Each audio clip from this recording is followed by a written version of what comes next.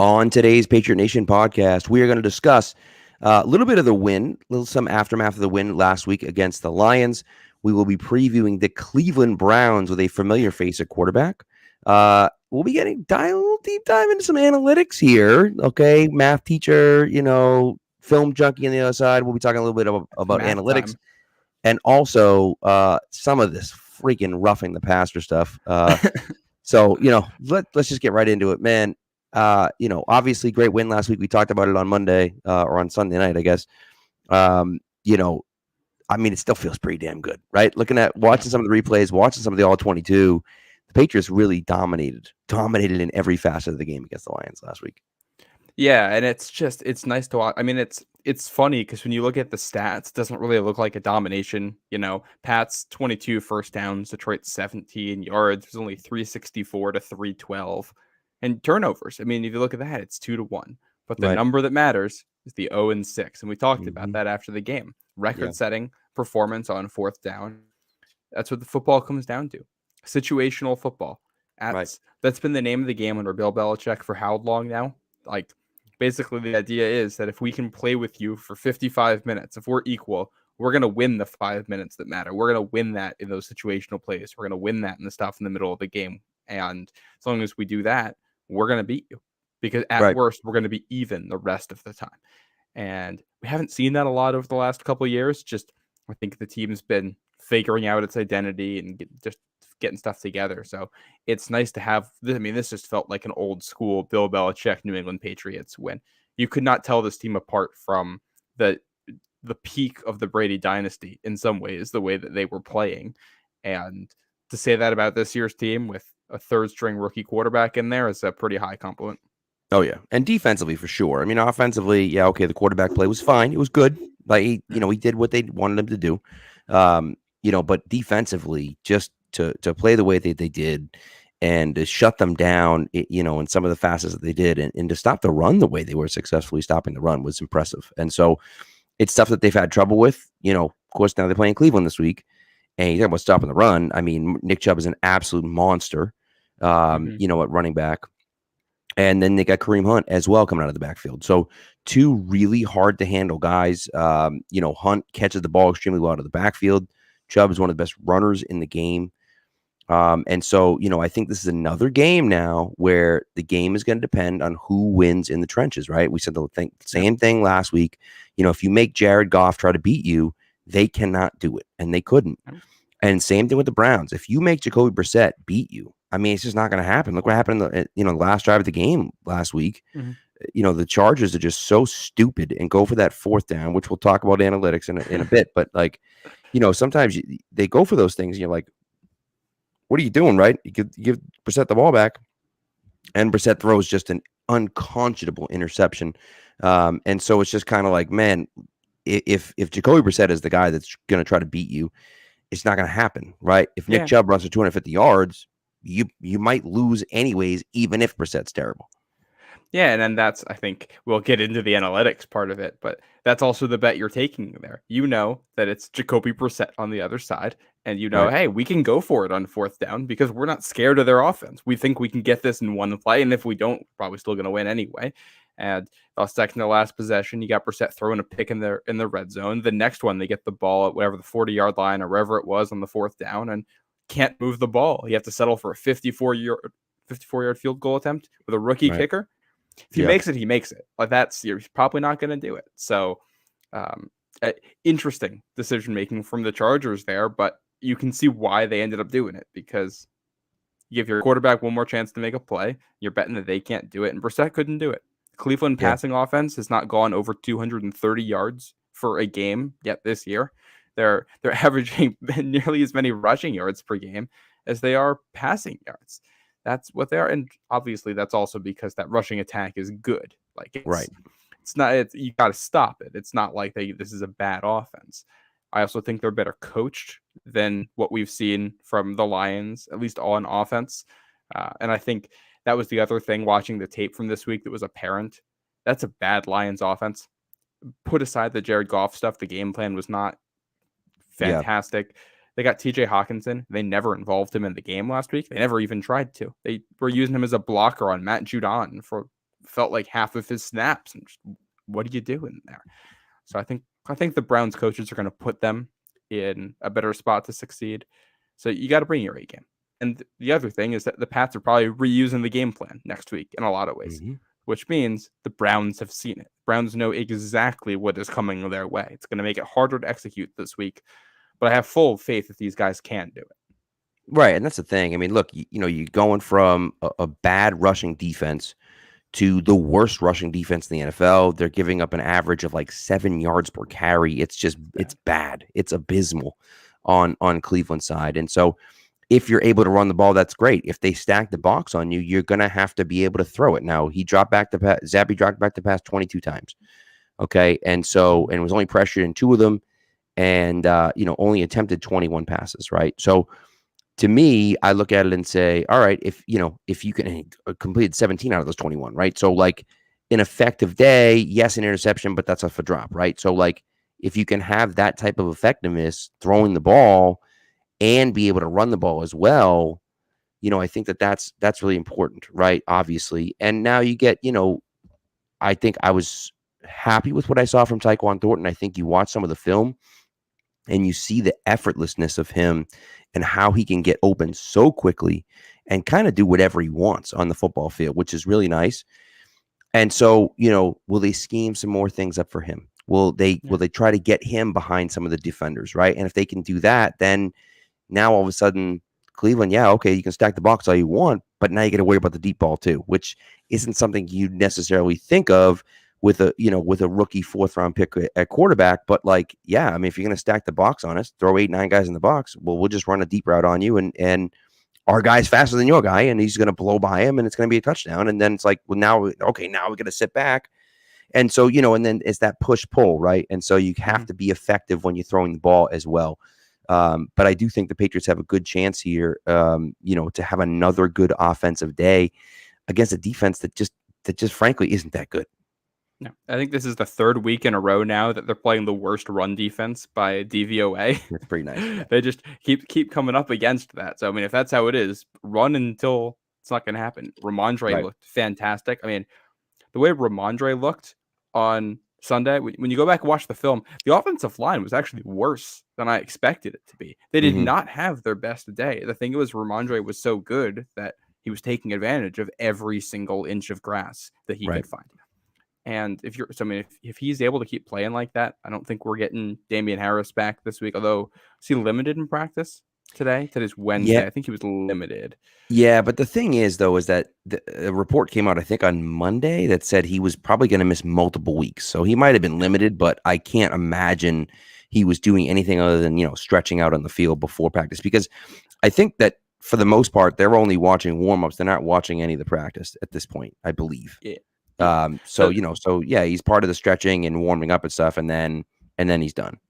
Yeah. So Ramondre might get 20, 25 touches on Sunday in between rushes and him getting the ball in the passing game. They're gonna ask him to be a workhorse. I think he's good enough to do it. I think there are pretty valid arguments about why he might be the best back on this team anyway. So letting him go is going to be nice. And I think, if you're able to, I think one of the really good things about last week is that you got 2 guys that they're trying to integrate into this team as rookies, Tyquan Thornton and Marcus Jones. And the first couple snaps, they had a couple issues, bad spacing on things, figuring things out. The next time they're out there, things looked a little bit better. They're just adjusting to the speed.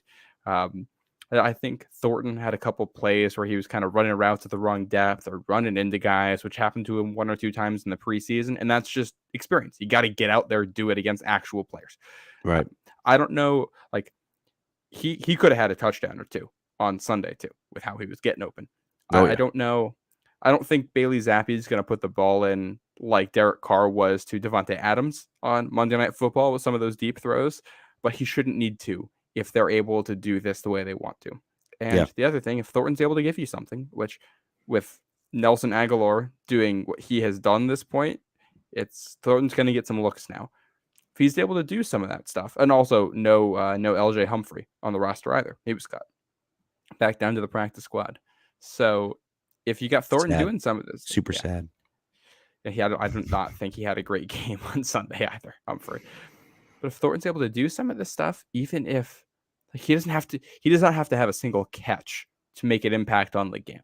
If the Right. Browns if he gets by somebody and the Browns are scared enough by it to say, hey, we want to make sure we have somebody deep, that can open up intermediate stuff. You can have Mhm. him running the clear outs with Jacoby Myers coming in underneath him somewhere and pick up 15 yards that way.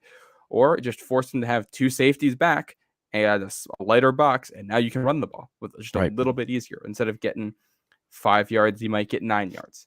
And it's just Exactly. those little things that can add up for you. I'm excited to see how that's going to look this week with just another week of these guys integrated in. And I couldn't agree more. I think we're getting Zappy on Sunday. I'm not ruling out Mac, but I think we're getting one more game of Zappy. I just think, Giardi came out with a report that said like there might be a little bit of instability in his ankle. And to me, it's just like, why would you even consider starting your franchise quarterback, in the 6th game of the season if there's even a question about the stability of his ankle at this point? It just doesn't make any sense. And I like, and I've been saying it on here and I'll continue to say it. What I want to see happen and what it seems like is happening, what I want to see happening is for Mac be pushing to play and the Patriots be like, okay, we're happy that you want to play. That's awesome. That's great. Keep playing, keep doing your thing. Keep trying to get better. You're not ready yet.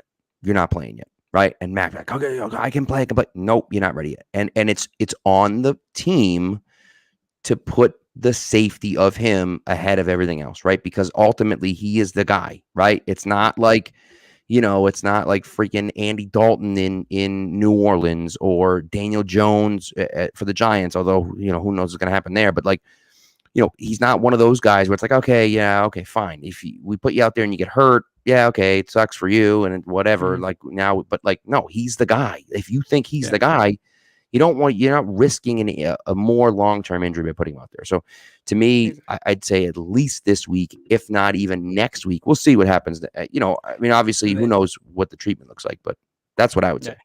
And they got an extra long week next week too. You got Right. Monday Night Football against the Bears. You got an extra day in there. So I think he's back for that Bears game. I think so too. I think you're probably right. I think it's a toss up this week leaning towards no. Which, yeah, like, I agree with everything you said. We did have a question come in about Pierre Strong, how much we're going to see of him. Yep. I have no idea. I'm excited. We didn't see, he wasn't active on Sunday. No, he was not. Nope. Yeah.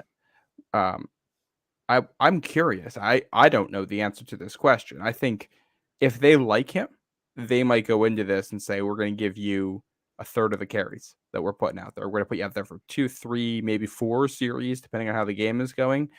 If they're more cautious, it might be 1 series, maybe 2. I lean towards that based on what we saw in the preseason. I mean, that certainly seems like, by the way, ASJ12, thank you for the comment. I just don't know. I don't know where they're going to come with that because you want to spell Rhamondre. You don't want to have Rhamondre play every single play, right? So then the question is, well, then who else is the one that gets activated, right? Now, it's not going to be Kevin Harris because he's on the practice squad, and you'd have to cut him to get him back to the practice squad. It'd be stupid to elevate him. They can elevate him, right? They can give him like the game day elevation. Oh, I guess you're right. That's true. Yeah. You're right. Yeah. The game day elevations can go revert back down at the end of the day. I suppose you're right about that. So theoretically, they could do Kevin Harris instead. But one of those guys, you would assume it's going to be. I mean, obviously, it's going to be either Pierre Strong, JJ Taylor, or Kevin Harris. I would think whichever one they're more comfortable with in pass sets, right? I think Rhamondre does a nice job in pass pro. He did a really nice job on Sunday in pass pro. That's going to be the question. Can you trust that guy in pass pro? And, if they feel like they can, then he'll play, more than expected. I think really that's what it comes down to for me is like, we can't have you out there a lot, kid, if you're not going to be able to pass protect, right? And so, okay, maybe we can run a screen to you or you can run it a few times, but like, you can't be out there for more than, 5 or 10 plays if you can't pass protect, right? And so that's going to be the real question because, you may go out and call a run and then we get to the line and we check to a pass. And now it's like, oh, crap, Pierre Strong's out there. He can't pass protect and he's got to pass protect, right? There's going to be a blitzer coming off the edge and he's got to be the guy that gets them. Can we trust you to do that, right? And so I think that just, that's going to be what depends on whether he plays, first of all, who it is that plays, number one. and then how much that person plays. Because regardless of if they all suck at pass pro, someone else has got to play. You can't just play Ramondre every single play, right? So Yeah. someone else Yeah. is going to be on the active roster, and someone else is going to get a few snaps, and we'll see. I would think it would be Pierre Strong. That seems to be the one that makes the most sense. He seems to be the guy that makes the most sense. But who knows? Yeah. Oh, and the other thing here is that they've only used 2 running backs this year, essentially. Right. Ramondre has 68 rushing attempts. Damian Harris has 57. And then when Ty Montgomery was in there, he had 2 other rushing attempts and 4 targets in the passing game. I think that was all week 1, and they've said he's not coming back this week. So there's definitely a situation here where if they have confidence in Pierre Strong as a backup, they might just roll into Sunday with 2 running backs. They've been doing it for most of the season, at least 2 guys on the active roster. They do have a spot on the 53, if I'm remembering correctly right now, since they sent Humphrey down. That's true. So they might, I mean, it's possible that they're going to sign a back to bring in. I'm not sure if they would do that. I don't think you'd have 2 guys on the practice squad if you didn't think one of them could contribute if needed.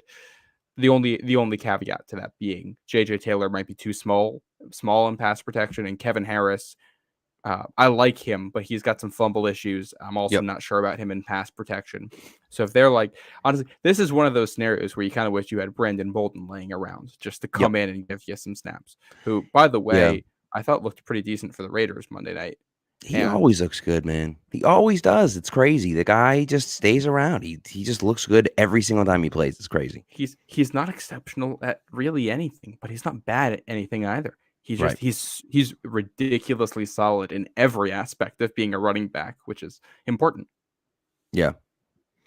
So I agree with you, and we'll see what happens. But I just I'm curious to kind of see where that goes, right? And we'll see where it ends up.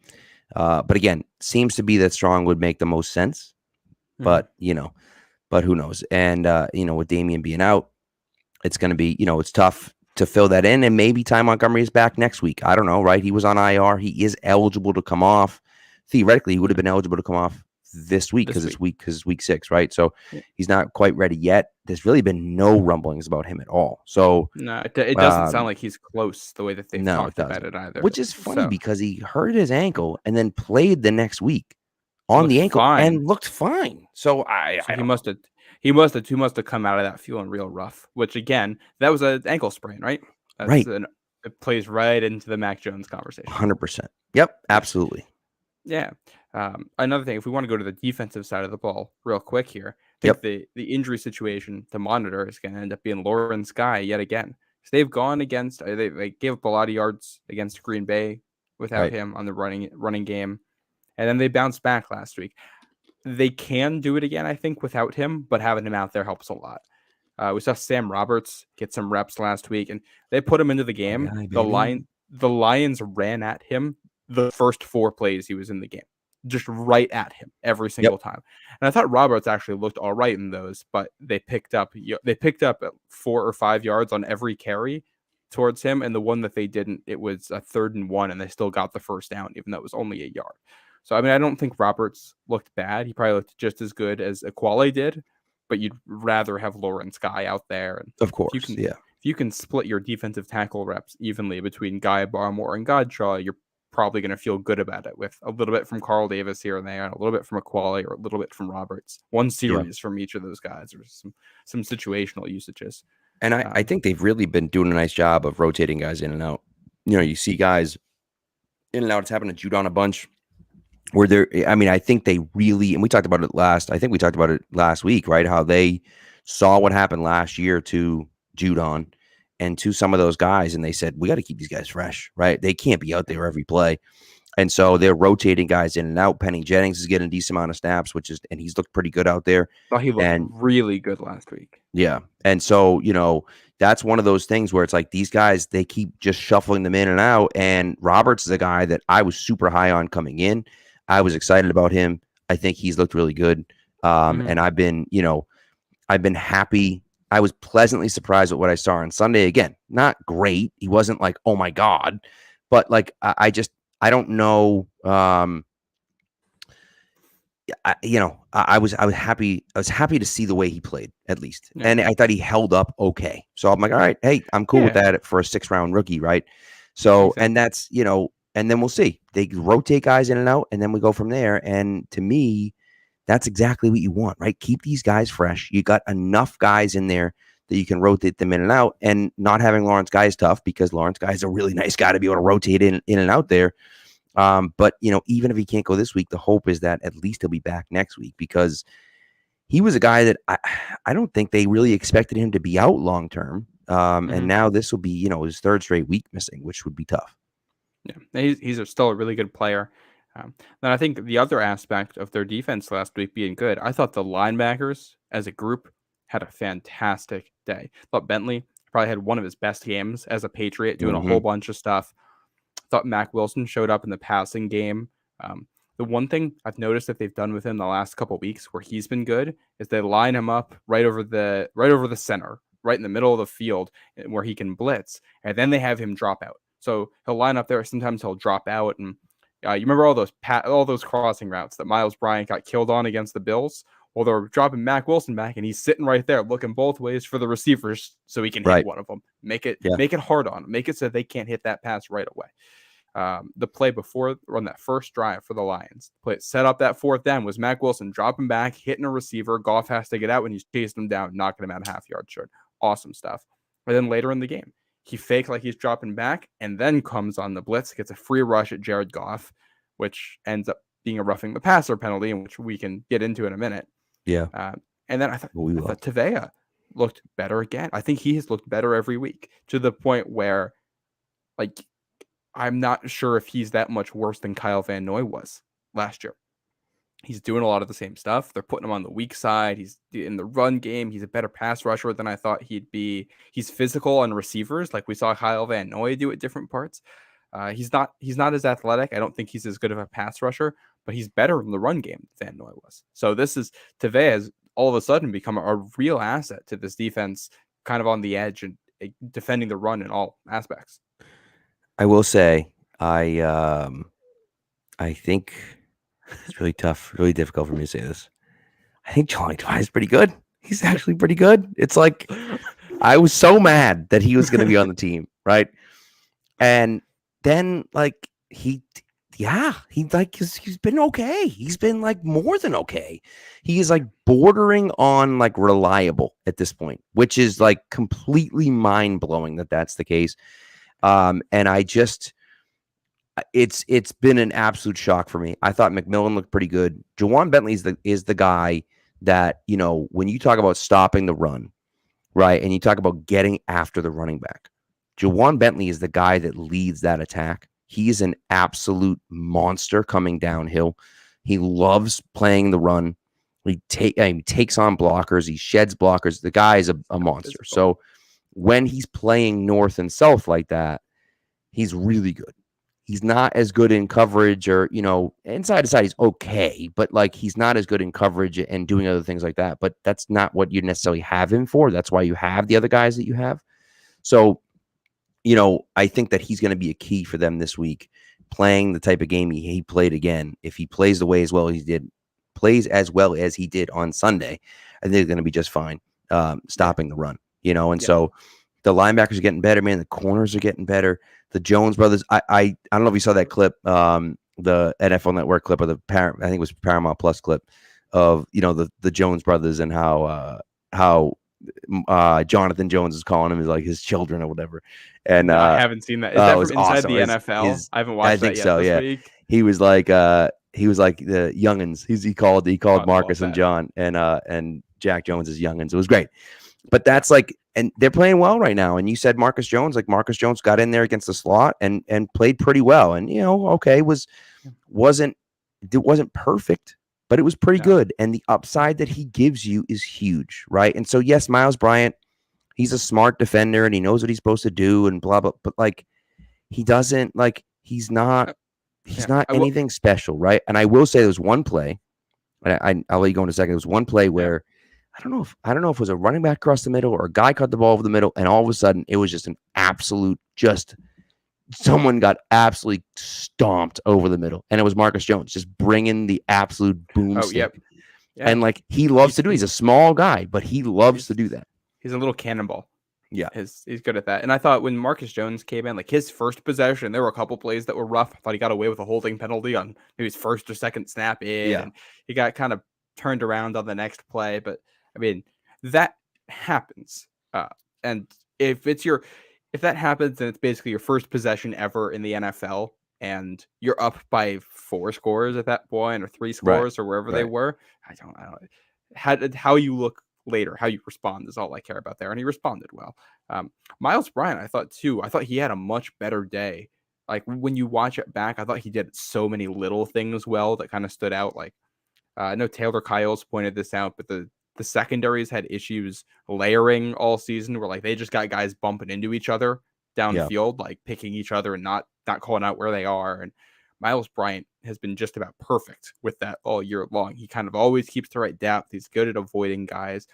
And especially once the Lions had some of their depth guys in late in the game, they had just no chance against him. He was smothering guys, which is what you want to see there. I think he's a really smart back. And so I mean, even if Miles Bryant is your worst corner that's on the field, you're going to be in pretty decent shape, I think, as a secondary, because he's a solid player as they come. He is a perfect C average player, which that has value in the NFL. It sure does. It sure does.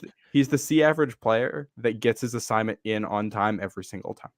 Yeah, 100%, right? And that's Shaun Wade is a bizarre case, man, because he's got to be the biggest bust ever, dude. I mean, for him to not even be able to crack the game day roster, he must stink. I guess. It's weird because when he's actually played, he's looked pretty good. This might be a case of everybody that's ahead of him on the depth chart is better or younger. So there's no like. Yeah, maybe. It's a second-year player though. I mean, like he's not that old. No, but they got 2 rookies in there, right? And you're always going to play Jack Jones and Marcus Jones ahead of And Jack Jones has earned it at this point. Jack Jones has earned it. I mean, Jones is better and he's younger. Shaun Wade was a first-round pick at one point. That's what we were thinking of him. So obviously, I hope he can get something out of that. I think the odds of this secondary staying completely healthy for the rest of the season are pretty low, as with any position just group. Like any secondary. Yeah. So Wade might get a game or 2 in here. Let's see what he's able to do with that. Maybe he gets on the field and makes some plays.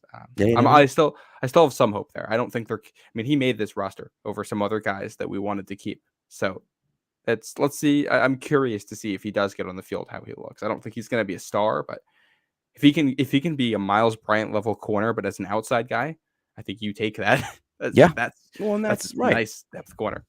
And that's the thing. When you're talking about depth, right? You're not talking about guys that are going to be great players, and you're hoping that Jack Jones, it's very early, but you're hoping that Jack Jones can develop into one of those great corners, right? J.C. Jackson is in L.A. getting torched right now. That's not going to continue, right? But he's looked pretty bad his first few games in LA. Now, maybe the coaching isn't as good. Maybe they're running a different scheme. Maybe they're doing a million different things. Still recovering from an injury. He's a press man corner. I think did he have a groin injury? Is that what he was dealing with out there or something? I think so. Yeah. Yeah. That's like the worst. That's one of the worst possible injuries you can have as a corner, because you're going to be asked to play through it. Right. But you're going to lose your quickness, and you're a press man corner whose entire game is built around jumping on balls for interceptions. Right. Well, if your quickness is gone, what are you doing? Yeah. No, and that's the thing. People are like, oh, Jay-Z sucks. And I'm like, okay, let's relax here. Relax. Okay. Even if he wasn't hurt, still, he's going to be fine. He's just fine. So, but you're hoping that Jack Jones can develop into one of those great cornerbacks, that Malcolm Butler who played well. Malcolm Butler really fell off after a year, but a J.C. Jackson type of player, right? And so maybe that can happen with Jack Jones. But either way, a guy like Shaun Wade, if he can develop into that Miles Bryant type player where he's just a C average player, you need guys like that. You need depth guys on your roster because of attrition, right? So, we'll see. I will say Dark Sage had a long thing over here talking about Mac Jones and the media's kind of perception of him and how, some people are quick to anoint Bailey Zappi and talking about how he's better than Mac Jones and Mac Jones isn't that good. And it just it drives me a little crazy. And so I think the other part that people have to understand is that, this isn't 2014. right? This is not 2014. It's not 2016. It's not 2018. We're not going to the Super Bowl. That's not the team that we are. Okay. But I think that we are a young, fun team. And Mac has done some things, did a lot of things last year that I think makes him look like the guy. Now, he did a lot of things this year that made him look like maybe he's not the guy. But I do think, and the one thing that I keep coming back to is Tommy Curran, pointed this out where he talked about, Brady in the first, I think he said 4 games, 6 games. I don't remember. 4, I think it was 4 games, but it might have been 6 games. Either way, it doesn't matter. I think it was the first 4 games of the 2002 season. Brady's second year starting, obviously his third year in the NFL. And his first 4 games of the season, he had 6 picks. Or no, first 6 games of the season, he had 10 picks. That's what it was. First 6 games of the season, he had 10 picks, and he was all over the place. And then they scaled the offense back. They let him do the things that he was good at, and he threw like 3 picks the rest of the year. And like that is the type of thing that happened at the beginning of the year with Mac Jones. Hey, push the ball downfield, get aggressive, do this, and it's like, okay, whoa, let's rein it back in a little bit. We can't be turning the ball over all the time. I think he's trying to make too many plays instead of letting the game come to him, which I think he did a really good job of that last year. And so I do think that once they scale it back for him a little bit, kind of pull the reins in and be like, hey, these are the throws that you can't make, that you shouldn't be making, right? And eventually you will, but right now you can't, or right now maybe you're not looking at it correctly, I should say. And then, and then kind of pull it back, and you'll see a much better, I think at least a much better version of Mac Jones. And we'll see if that comes true or not, but that's been sticking with me ever since I saw that Tommy Curran tweet. And so that to me is kind of where I'm at right now. Like, let's not panic about Mac Jones just yet. I know Bailey Zappi looked okay, but like, come on, he attempted 21 passes last week. It's not, Yeah, that's what Zappi attempted last week, 21. Mac has been at that level or less attempts in a game only 3 times, and one of those was the Buffalo game in the wind last year. So they're asking him they asked Zappi to do very little compared to what Mac has been asked to do. And Mac's really chucking the ball down the field this year, which I like to see. You talk about Brady too in year 2. He had a stretch there where I think he had 2, 3, and 3 interceptions in 3 straight games or something along those lines. It was the games against the Packers, Dolphins, and Chargers, if I'm remembering correctly. Sounds about right. Yeah. When I went back, I found those games, or one of them might have been against the Bills. I'm trying to remember. I found footage of those games. I went back and I watched his picks in them because I was curious. I was like, okay, what types of picks are these from Brady? Is this just some dumb stuff, or was he making mistakes? And about half of them were the same mistakes we've seen from Mac Jones.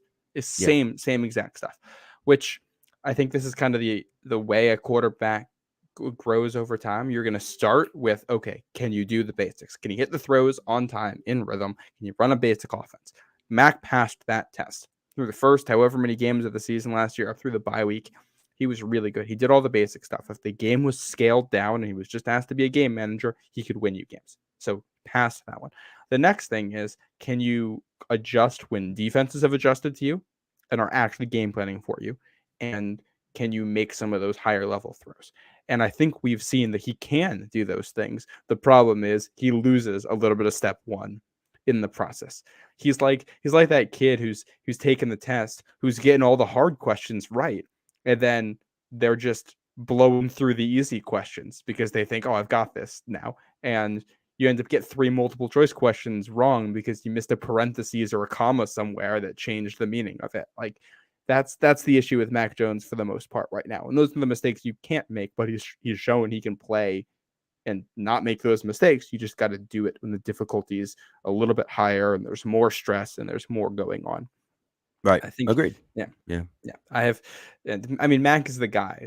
Zappi's, if Zappi plays this week and throws 50 passes and completes 35 of them, then we can have a conversation about, who started with Max back? Maybe. But this is a guy who was runner-up offensive rookie of the year last year and who would have been if not run for away Ja'Marr with that Chase. award if not for Ja'Marr Chase. Yeah. Yeah. So before I know we have other topics, but I want to jump back to one thing on the defense real quick just to say it. Nick Chubb is a much harder guy to bring down than just about anybody the Patriots have played this season. Quite true. And you have to bring your A game with tackling. You got to be physical. You got to actually finish tackles. I don't think they've had an issue with this, but you got to do it again. Duggar and Phillips, I think, have been fantastic. Yep. Phillips had a play last week. Was an RPO from the Lions, and the Patriots just covered both aspects of it. The slant wasn't open. Marcus Jones was all over that. Judon dropped back into the lane. So Goff hands it off, except Wise isn't blocked. Yeah. Nobody else. So he's just there. The running back tries to get around, and Phillips comes back, tries to stiff arm him, and he grabs onto the back and falls like it's wrestling and just drags him down to the ground. It was amazing. So that was the play before the fumble 6. That was the play before the strip sack that was returned for a touchdown. And that play knocked them out of field goal range. Mm-hmm. And again, they had a backup kicker, so that's why they didn't attempt a long field goal, but that was like a 6-yard loss or something like that.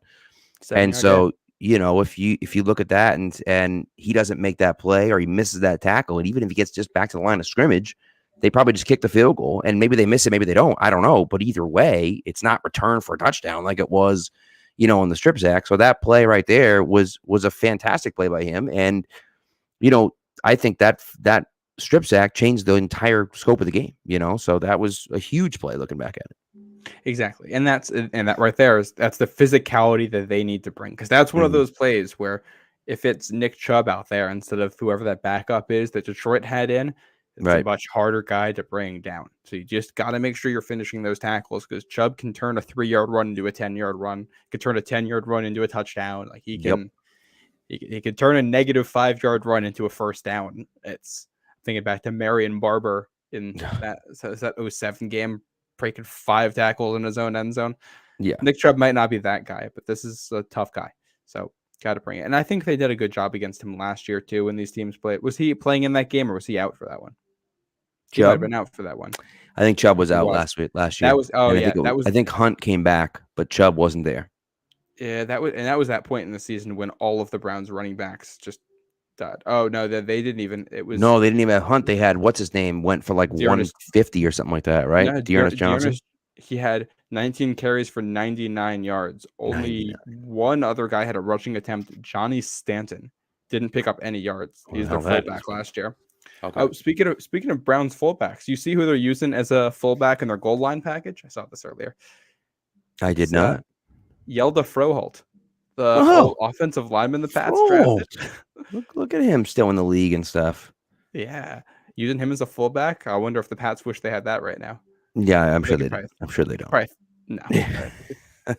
Maybe we'll see like Chasen Hines a fullback this year. Yeah, you never know. That'd be kind of funny. Fun. Yeah. So, is it time to get controversial, Pat? It is. It is time to get controversial. So let's start with the roughing the passer stuff. The roughing the passer stuff is just a joke, and it's been a joke for a while, right? But you talked about touching the passer. Like what else can you say?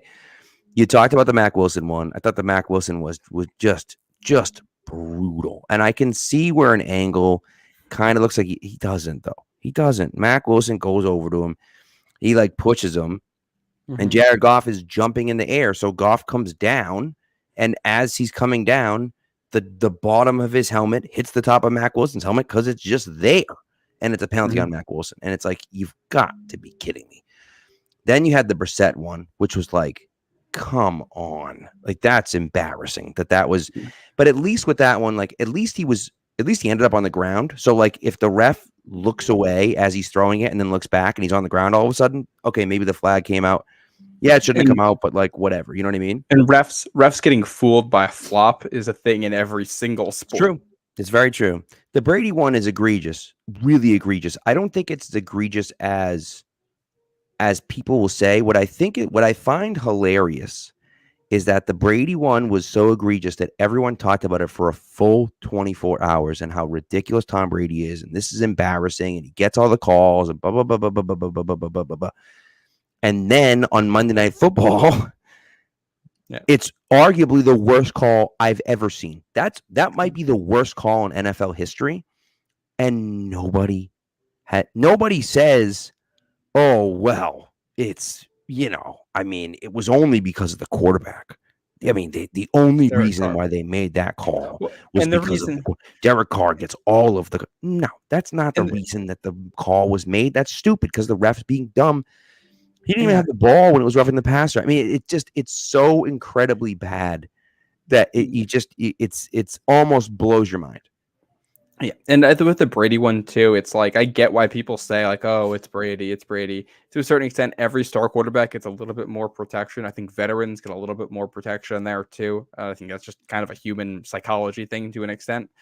But the other part of it is that what Brady always does is he's in the ref's ear every time he thinks something's wrong, and it may be annoying at times as a fan. I know anytime you see an opponent doing that and you don't agree with it, you're going to get annoyed about it.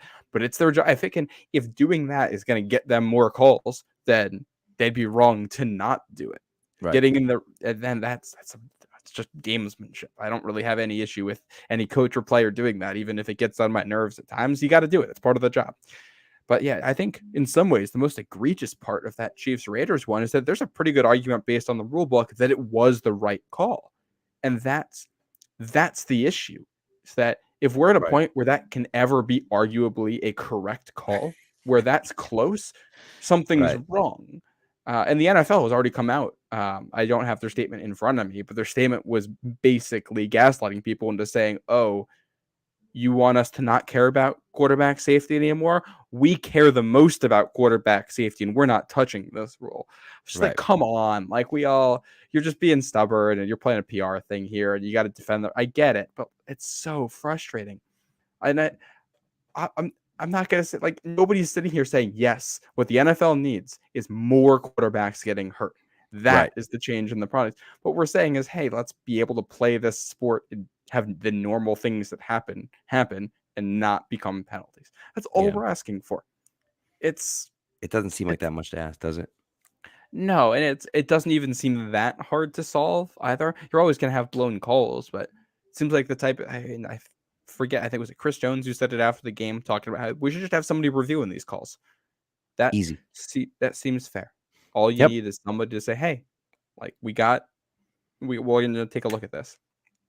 And of course, now that the NFL is in the gambling era, all of this kind of has a whole new layer to it. And I'm not like I don't believe in any of it, but anybody who wants to say the NFL is rigging games, well, if you want to rig games, that stuff like this is easily how you can do it, especially if there's a gambling aspect and there's a financial aspect to any of this. There's no evidence for it. I don't think that's actually going on. But if you want people to lose faith in the product, the way to do it is to undermine people's faith in it. And that happened with the NBA, with the officials going on there. And obviously it's still, Scott Foster's still in the league, and that's still a quality product that people watch. So maybe it's fine. And the other part of this, the cynical part of me says the NFL likes it. The NFL knows that when there are blown calls in big games, we'll talk about it. You'll get media coverage, and it's going to get clicks and anger, and nobody's going to stop watching. Right. Right. And that's, even you go so far as to look at, the Saints who got cheated out of a Super Bowl. Right. And it's like, well, sorry, too bad. But people still talk about it, but it is what it is, And so, what's the old headline, right? Any news is good news, right? So it's like, or any publicity is good publicity, right? Like it just kind of is what it is. And so I hate it. I hate it. Some of the stuff, it's just like, come on, like, every single thing, everything could be roughing the passer. Now, listen, there was one play, the one that started the fight in the Steelers post game, absolute dirtbag cheap shot by Lawson, I think it was, who, as Pickett is throwing it, kind of jumping, he dives at his ankles. Like, what are you doing, dude? Like, that's ridiculous. He's on the run. Are you talking about the one where the guy was sliding? Pickett was sliding or no? Okay. No, Pickett got up and pushed him off him, and they started like a big scrum because Pickett was like running, stopped to like jump and like throw it, and as he's throwing it, the Bills guy like dove at his ankles or dove at his knees as he was throwing it. It was like, what are you doing, guy? It was bad. It was one of those ones where like he easily could have caught his ankle or his knee and like ripped it up, and so that's the type of play that, I'm fine with that. Okay. I'm fine with, you don't want to go low on a quarterback. Cool. I'm okay with that because I understand the plant leg is there and we don't want him to tear his ACL and whatever. I get it. But like at a certain point, man, you just got to be able to to not just play football. I mean, the Brady one, he just got tackled, right? And I understand if you watch it, it looks similar to the Tua one, and I think that was the original thought process. Is that Tua, he brings him down, he sits on his butt, and then he flips him over, and Tua goes back on his head. Brady, similar, but he didn't flip him over with an ounce of, even a third or a quarter of the force that Tua got flipped over with. But it was a similar looking play, right? And Brady, of course, lands on his shoulder and on his head, so it's different. But like still, just the way he got whipped around, I can see where they threw the flag on that. I can at least see it, right? But again, should that be the penalty? Should that be a penalty? Like it shouldn't be. No. But the way they call the rules, that technically is roughing the passer because it is, which is stupid, but that's the rule. And so I just, it makes it difficult. And listen, Brady, people could talk about Brady all they want. Brady gets less calls than everyone else does. He gets less. I mean, the stats are there. I'm not going to go through all of them. It's stupid, but like Brady gets less roughing the passer calls than pretty much anyone else in the league. He just does. That's just a fact. That's just the numbers, right? And so but he plays in so many big games that he'll typically get one or two in a big game, or he'll get one in a big game, or he'll get one in, two big games during the playoffs. And people, Brady gets all the calls because you see those plays, right? Where it's like, Derek Carr's getting he makes calls. a big deal of it too. Right. And that obviously not going to help the public perception Exactly. of it. And the flip side of this is that usually when Brady's coming in, most of the time, he's also really good at taking hits. We know he spent a lot of time on that. So he kind of puts himself in a position where he can't be roughed a lot of the time, which I think is a skill set that just every NFL player should learn. I mean, just for your own health, just learn how to go down easily. No, nobody's trying to get hurt out here. We want to bring you to the ground without hurting you. And I think the roughing the passer rules obviously need to exist. We should be making sure that guys aren't just going out trying to hurt people. But at the same time, it doesn't work as a deterrent on any of this stuff if it's outside of the defender's control. Right. If it can't change their actions, if they're at a point where they can't do anything about it, they're just playing the game and there's really small margins some of the time and they're not being reckless, then it's not doing anything other than giving 15 yards and a first down to the offense anytime by random chance some of these plays happen and somebody in the ref thinks it's enough for roughing the passer. And that's probably not it. You're always going to have a little bit of random chance in that stuff and subjectiveness, but that's too much for the long-term health of the league, I think. Obviously, the ratings keep going up, so maybe we're wrong, but yeah, but I do think you got to have a guy watching. I think that's the easy solution. Have a guy watching. Coaches can't challenge, but it can be an automatic challenge from New York watching the play. Hey, you got that one wrong. You got it wrong. I don't think you can go back. I don't want them to retroactively go back and assign a penalty. I want them to be able to look at every penalty. Okay, you threw a flag. Was it the right flag? Nope. Hey, New York calls. Nope, you got it wrong. Change it. Okay, wasn't a flag.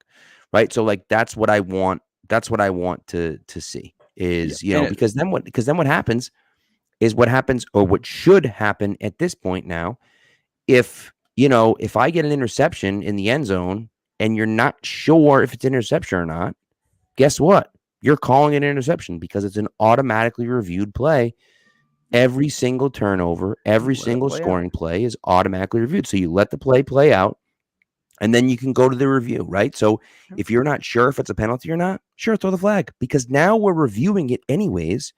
And so, we look at it and say, no, that's not a penalty. Like, okay, pick up the flag. It's fine. Don't worry about it, right? So the question is, will these guys be okay with that? And I just feel like, yeah, they will be. Their egos will be just fine, in my opinion. I don't know. Maybe I'm wrong, but that's I think the easiest solution.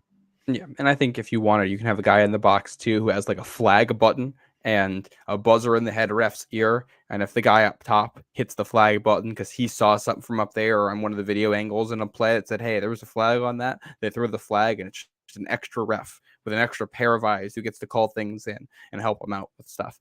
That probably works. I think if you did that too, and maybe you limit replays to like 90 seconds per review. If you can't tell within 90 seconds what's going on with something, it probably isn't close. It's probably so close you shouldn't be overturning it. Right. None of these. I don't know. The way I always think about it is this: if you were playing flag football or whatever with your friends after school when you were growing up and something was happening, just think about how you would want it to be resolved in a situation like that. And everybody wants to play the game, so let's find the quickest, fairest solution that works for everybody and go on with it. That's gonna. It's not gonna be 100% perfect all of the time, but that's gonna keep the flow of the game. It's gonna keep people engaged. I think that's probably what makes your product the best. And that goes for all rules too. If we're talking about the catch rule, think about what you would call a catch on the playground with your friends and build it out of that. Right. Agreed. I It doesn't agree. have to be that complicated.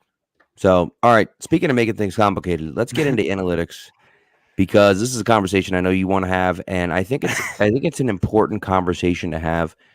Listen, I don't care what you're about to say.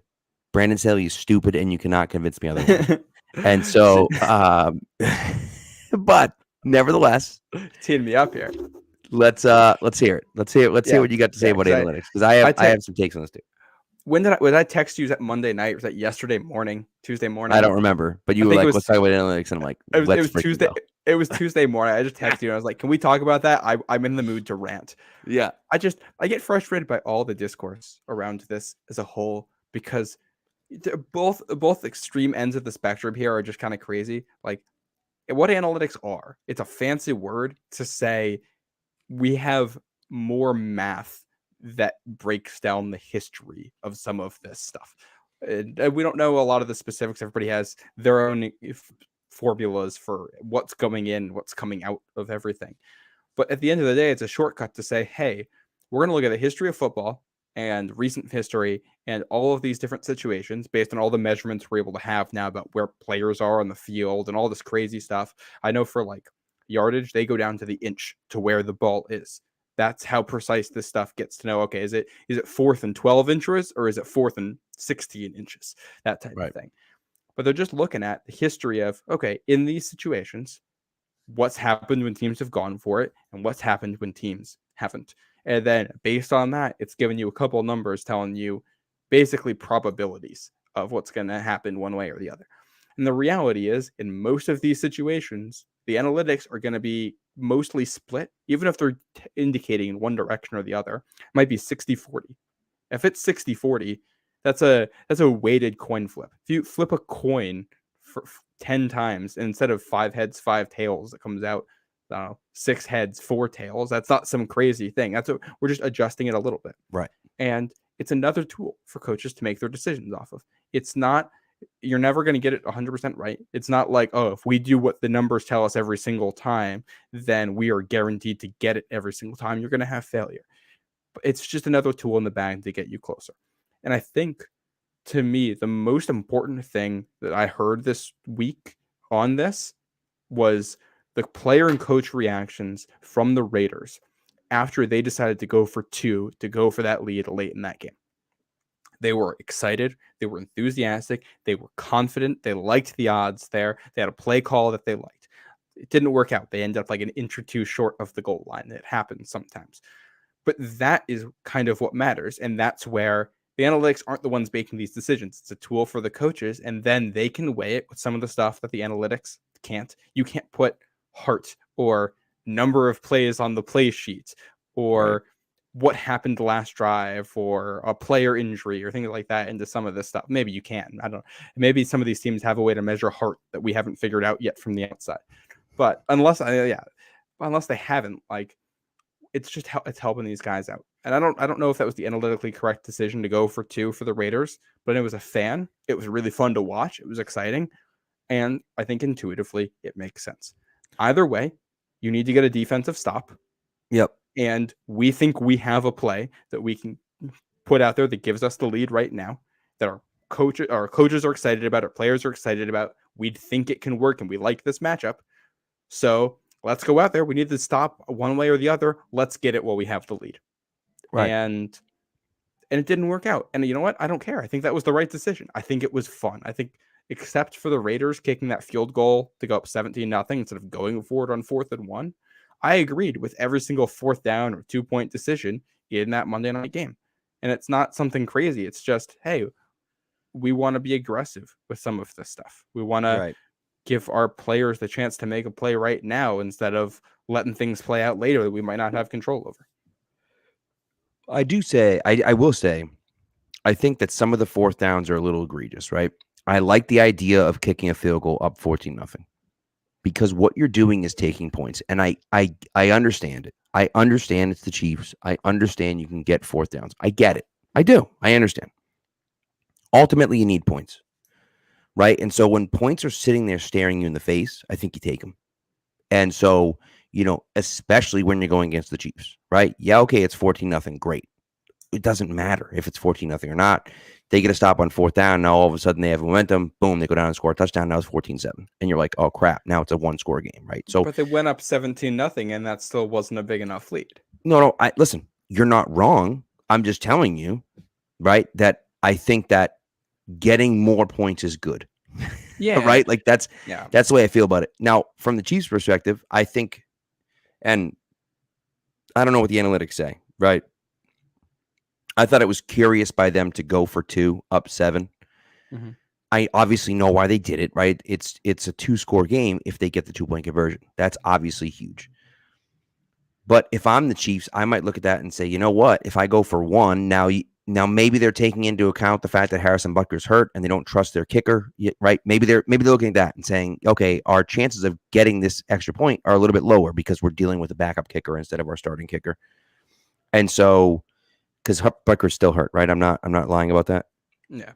Right. So okay. So Butker's still hurt. Yeah, we don't really trust our kicker that much. Let's go for 2 and see if we can make it a 2-score game. And then the game's pretty much over at that point, right? So I didn't hate it. I just thought, hey, kick the extra point and you go up 8. Now you force them to get a 2-point conversion just to tie the game. From the Raiders' perspective, I understand it because it's the Chiefs, right? You're not playing a bad team. You're playing a really good team. So if you get to overtime, now you have to win the toss and score a touchdown because if the Chiefs win the toss, you're losing the game. You know that. Yep. That's what's going to happen, right? It's just like playing Brady. If you're playing Mahomes or you're playing the Bills and you're going to go to overtime, you're going to lose if they get the ball. It's just going to happen.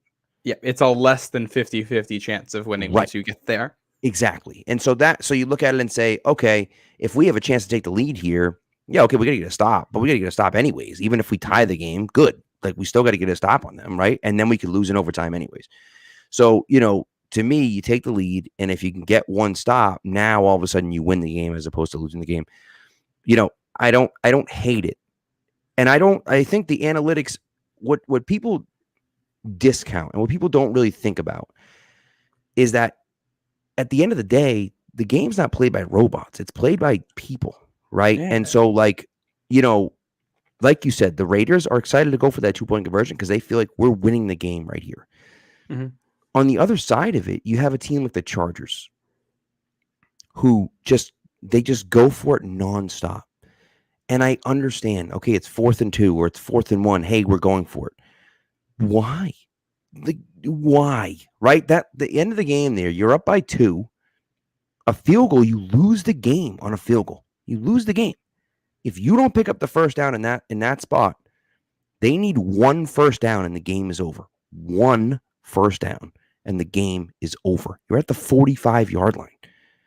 Right? So if they pick up a first down, you lose. And so in all likelihood, of course, I mean, it ends up being like a 50-yard field goal, but it's basically you lose the game if they pick up 1 first down. So to me, I just think kick the ball away and tell them with 0 timeouts that they have to drive, 60 yards to kick a game-winning field goal with 1 minute and 15 seconds left, right? So like that's kind of where I stand. I understand I get that you trust your offense. I get it. But like at some point you have to look at your defense, because if I'm on the Chargers defense, I'm looking at that saying, well, he doesn't trust me. They think we suck. See, and I would argue actually the complete opposite here. I would say if you're the Chargers defense, the coach has a ton of confidence in you because the coach thinks that it doesn't matter where the Browns are starting with the ball on the field. You're getting the stop. They're not going anywhere. Right. So they think the defense is good enough that we can just go for this. And if we don't get it, it's not going to matter because we're getting the stop. That's going to Yeah. happen. We're going to force them into a bad field goal. When I think at the heart of this is that most of these situations that we've outlined, there's a pretty good argument on either side of them. Right. Most of these aren't like 100 or nothing. So it's the analytics are most of the time telling the coaches that, hey, both sides of this can work. It's 50-50. Both of these can be an advantage for you if you execute them. So you need the players to execute them. And you take into account a couple other things. You take into account how your players are feeling about the situation, and you try to make a decision based on that. I think any decision that is getting your players fired up and confident and ready to go out there and make a play, it's hard to say that that's going to end up being a bad one at the end of the day. Because like you said, they're not robots. They're people out there. If you can get them engaged and fired up, you're probably doing something right. You're probably putting them in a good position. Yeah. That's why I did think it was kind of alarming that you had Keenan Allen tweeting after that Browns Chargers What thing. I mean, Basically, that's what I'm talking about. Right. Yeah. But at the same time, if I tell you, would you rather have Justin Herbert get 1 yard, and if he can't, Brissett has to get a first down, or Brissett has to get 4 first downs? Those feel about equal to me, because Herbert getting 1 yard, or however, it might have been 1.5 yards. 2 yards, yeah. But still, right. That feels like, they should be able to do that. I think most NFL offenses should be able to get 1 yard anytime they're asked to do it. So I think basically from your own 40 on, 4th and 1 or less, you should always be thinking about doing it. You don't have to do it every single time, but you got to think about it. And I think what analytics does is it crunches the numbers in a way where the coaches kind of have it printed out for them that, hey, your gut may tell you we have to punt here because that's what we've always done in the NFL. But maybe you don't. There's another option here that might be just as good if you can execute it. So it opens things up. It gives more legitimate pathways for coaches to make things. It gives them more options for stuff. And I think it's more exciting for the fans too. I mean, yeah. I'd rather watch these high stakes 4th and 1s at the end of a game than the punts. And no, I get it. I understand, but I think I do think there is some beauty in some of that. Those decisions that Belichick, that people make, right? Where they say, no, we're going to punt it away, or we're going to, take an intentional safety and go from there. You know what I mean? Can I make, I think the best argument for me for this whole thing about going for it, being aggressive. This is going to hurt a little bit, but take yourself back to that Super Bowl against the Eagles and that last drive the Eagles had. Now, you remember, the Pats get that stop on 3rd down. They have not been able to stop the Eagles on 3rd down all game long, but they finally get that stop. And you're feeling good. You're like, we're getting the ball back. We're in good position, finally. And then they say, the offense is staying out there. And I remember that feeling in the pit of my stomach that, oh, man, they're going for this. They think they can get this. And I didn't feel good about the Patriots defense stopping them, which obviously they didn't. Right. I think that feeling in the pit of your stomach kind of shows that your body understands some of what's going on here, even though we're calling analytics and we're using fancy math. What it really is saying, hey, we know that we haven't been good in this spot, and being aggressive here might not work out for the Patriots. It might not work out for us because we haven't been able to get these stops. Now they're going for it again. And I don't like our odds of stopping them here twice.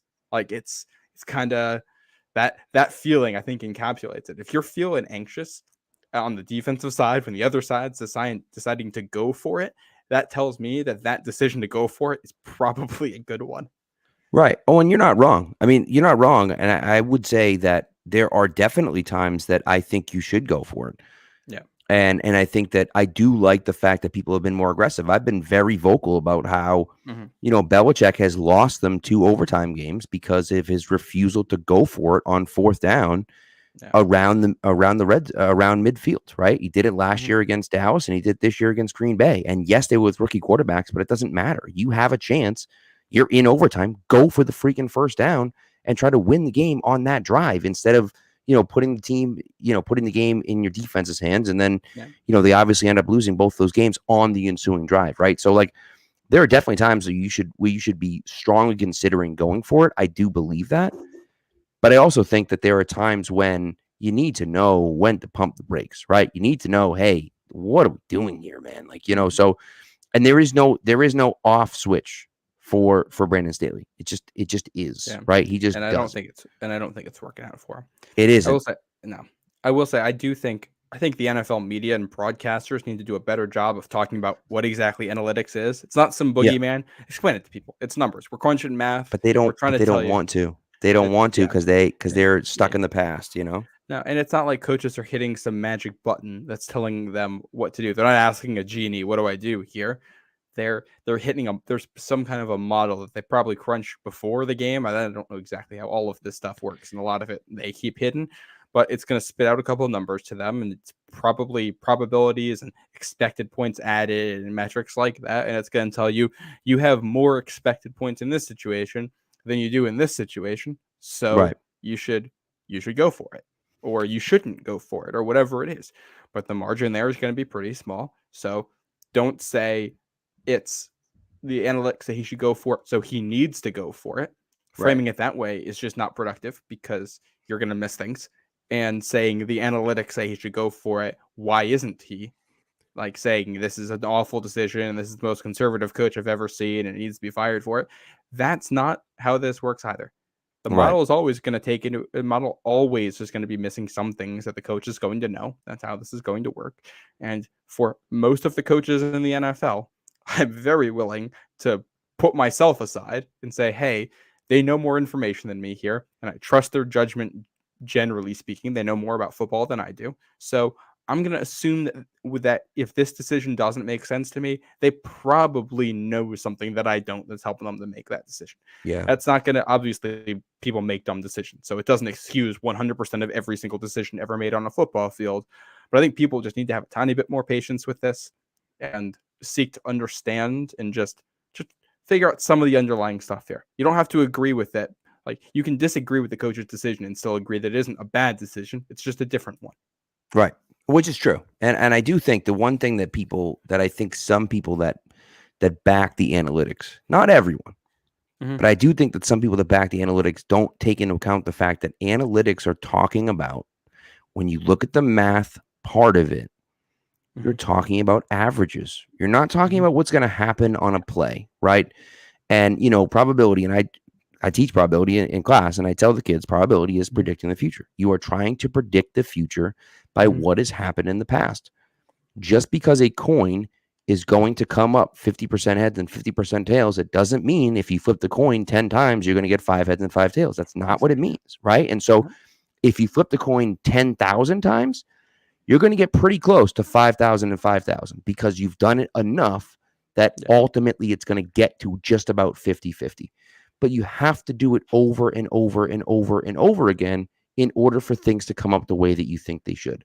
So yes, going for it on this fourth down might add more points here. It gives you the opportunity. If you get it, now you have the opportunity of getting more points. If you don't get it, well, now you've given your opponent a better chance of scoring because of where you've put them, right? So all of those things come into play, right? And so you have to kind of weigh those good with the bad, right? And so, like, I think that that's something that we haven't talked about enough. And I think something that people haven't discussed enough is the fact that, yeah, okay, that's true. All of that stuff is there. But at the same time, that stuff it's not on a play-to-play basis. It's not like, oh, well, on this play, if I do this, this is going to make me win or make me lose, because it's not. It's about executing as well. Obviously, if you're successful, it's better. But if you're not successful, then what happens there, right? And where are you, right? And so a great example was last week with the Ravens, right? They go for it 4th and 1 at the goal line. They don't get it. Lamar throws an interception in the end zone.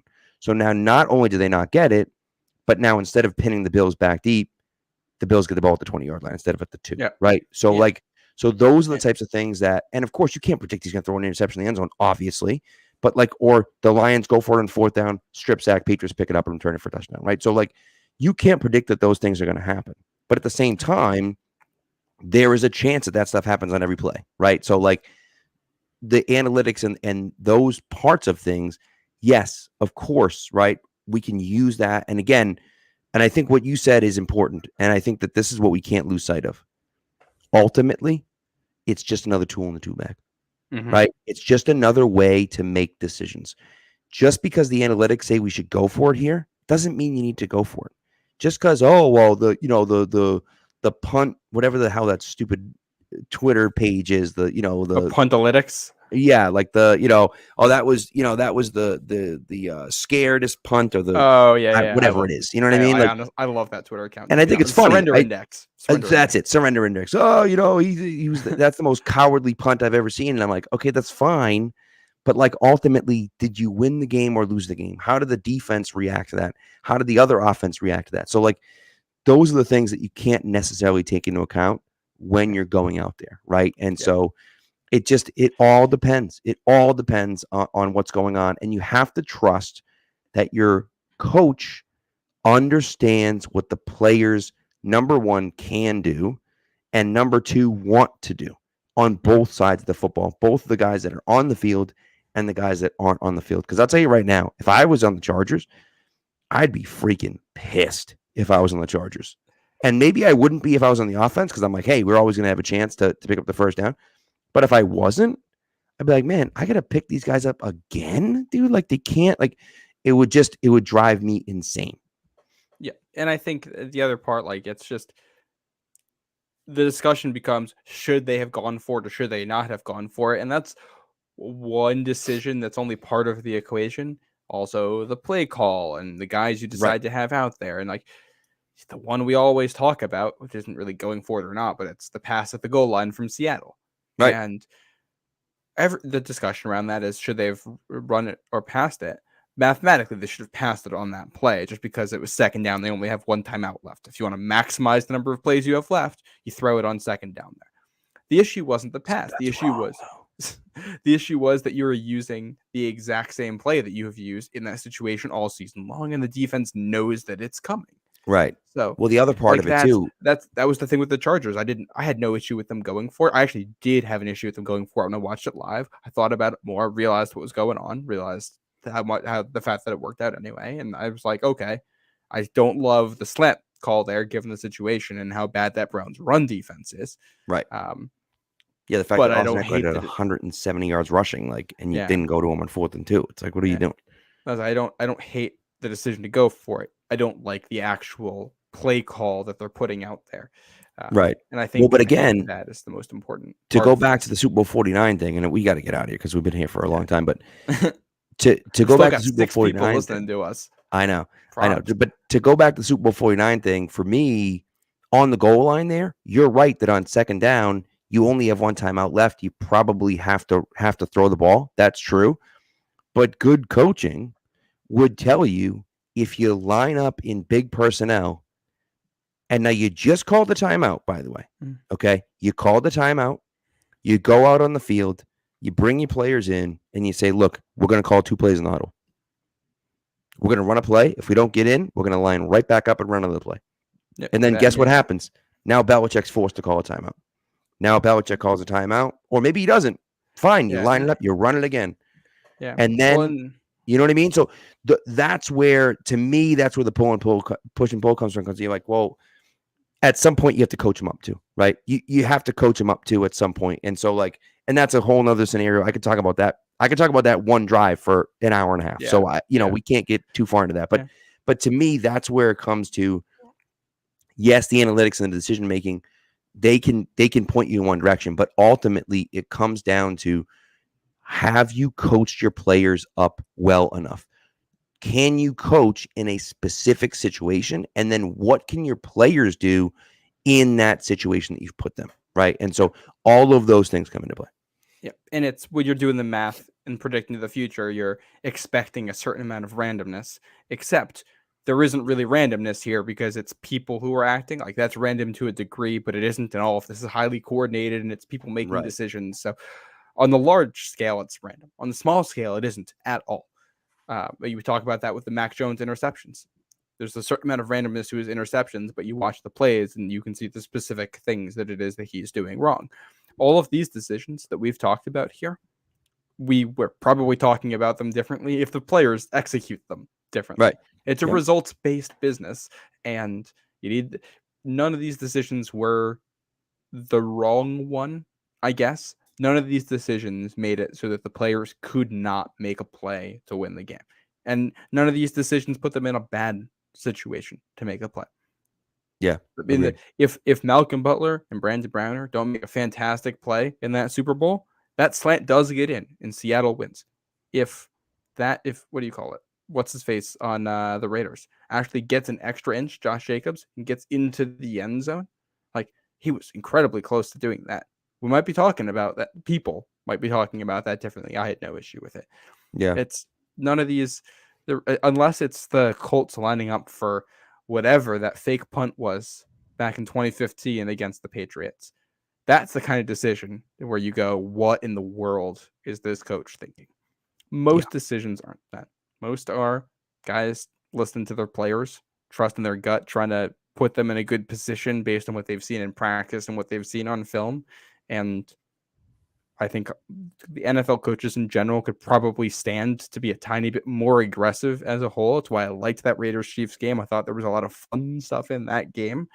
But I think we also, as a whole, need to stop talking about analytics as a boogeyman or some mysterious force. It's not based on your midichlorian count. This isn't Star Wars. Like it's Right. it's just numbers in a box that's helping guys make decisions. I guarantee you every single other business that you interact with on a daily business also has analytics that they are using to make their business decisions going forward. We're just talking about it because it's sports and entertainment and decisions that are very high profile that get analyzed this way. Yep. 100%. If people analyzed McDonald's franchising locations under the same microscope that they analyze fourth down decisions in the NFL, we might be talking about analytics under that context too, but we don't. This is what we're talking about. So, yeah. So, well, there you go.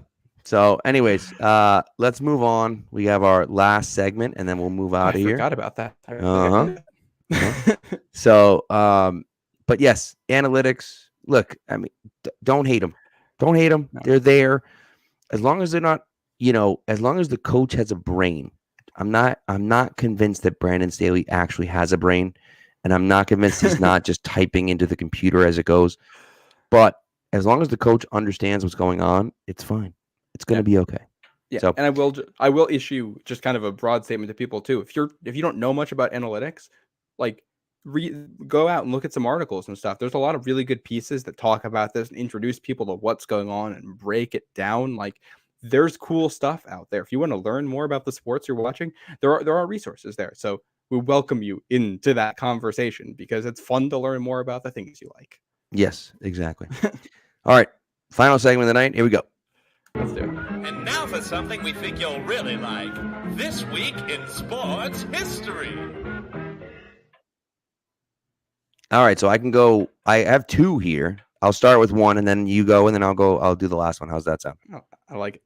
All right, so on October 12th, 1916, the Boston Red Sox beat the Brooklyn Robins 4-1 at Braves Field to clinch the series, winning the 1916 World Series. Ooh. That's going way back there. Way back. Yeah. I'm doing mine. We're recording this on October 12th. We're less than an hour until October 13th. So I'm just picking one from the 13th because I like it. Unicorns, show ponies. Where's the beef?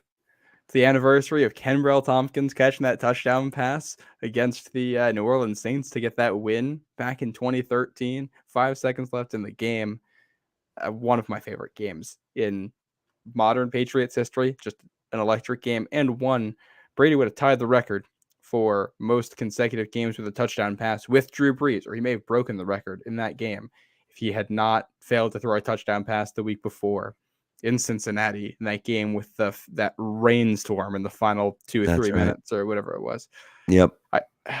I remember that game was not on TV in my market, and I was frantically searching the internet on my old laptop trying to find any way to. I was watching the end of that game in like 240p on an old laptop, just trying to make out in the pixels and through the rain what exactly was going on. Oh my goodness! Yeah, Pat Saints. That was a great game. That game, I was at my buddy's wedding, and my other buddy's dad drove his minivan around to the back of the place, and there was like 8 or 9 of us around back. Mhm. And I had been texting with my sister back and forth all day because I'm like, the game's going on and I'm missing it. And I'm always at all of the home games and I'm like Mhm. missing this game. And she's like, Brady threw a freaking interception. Like, God damn it, they blew it. And I'm like, son of a. And then I'm like walking to the bathroom and the bathroom's in the back of the place. And I like see people, like I see someone walk in from outside. I'm like, what's going on? And they're like, you want to go out there? So I go out there and then they got the radio blasting in his car and everyone's standing around the car and we're listening to the last drive.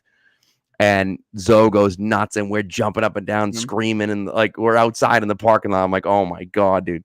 And then that night was the Ortiz Grand Slam against the Tigers. So Great the same day in exact Boston night, just an sports history. unbelievable day in Boston sports. Both of those games at home, I believe. So They were. I'm sure there's For at sure least somebody a was at few both. people out there that was at both, which Definitely some media members that took that trip up definitely after. for sure. Yeah. What a freaking day that was for someone. Yeah. I don't remember if it was that game or the Browns game later that season. I remember late in it when the Pats were down, my dad and I were watching. He was just fed up with it. It's a cold day or whatever. So he was going out and he was going to go get some wood and get ready to start a fire. He's getting the wheelbarrow out, doing stuff outside. I was like, no, I'm sticking with it. I'm watching through the end of this one. And then the drive's happening. I remember just going outside, just screaming, Dad, you got to come in. You got to come see this. So I think 13, it was the Saints, the Broncos, and the Browns, where the Patriots had just insane comebacks and ended up winning all those games. Of course, the Browns, they recovered that onside kick. But it was complete madness that they won those games. They had no business winning any of those games, and they won them all. So, that was to really date you here. That was kind of some of my core childhood Patriot memories there. Yeah, because the Pats had 3 Super Bowl wins by the time I was in like first grade. And then growing up, it's the 07 and the 11 teams. So that 13 team was the first one where it was like, oh, wow, like we're kind of an underdog and we have like big plays happening and crazy stuff. And it's coming. It was a great year. Like, really, that was the big year of just do not doubt Tom Brady. If it's late in a game, he is just going to, and obviously that existed before, but that was that year for me of kind of watching it of, oh, wow, I get it. I'm seeing it for myself, what he can do in live time. Exactly. So, all right. And then the last this week in sports history is a wild one. I'm going back to 1853.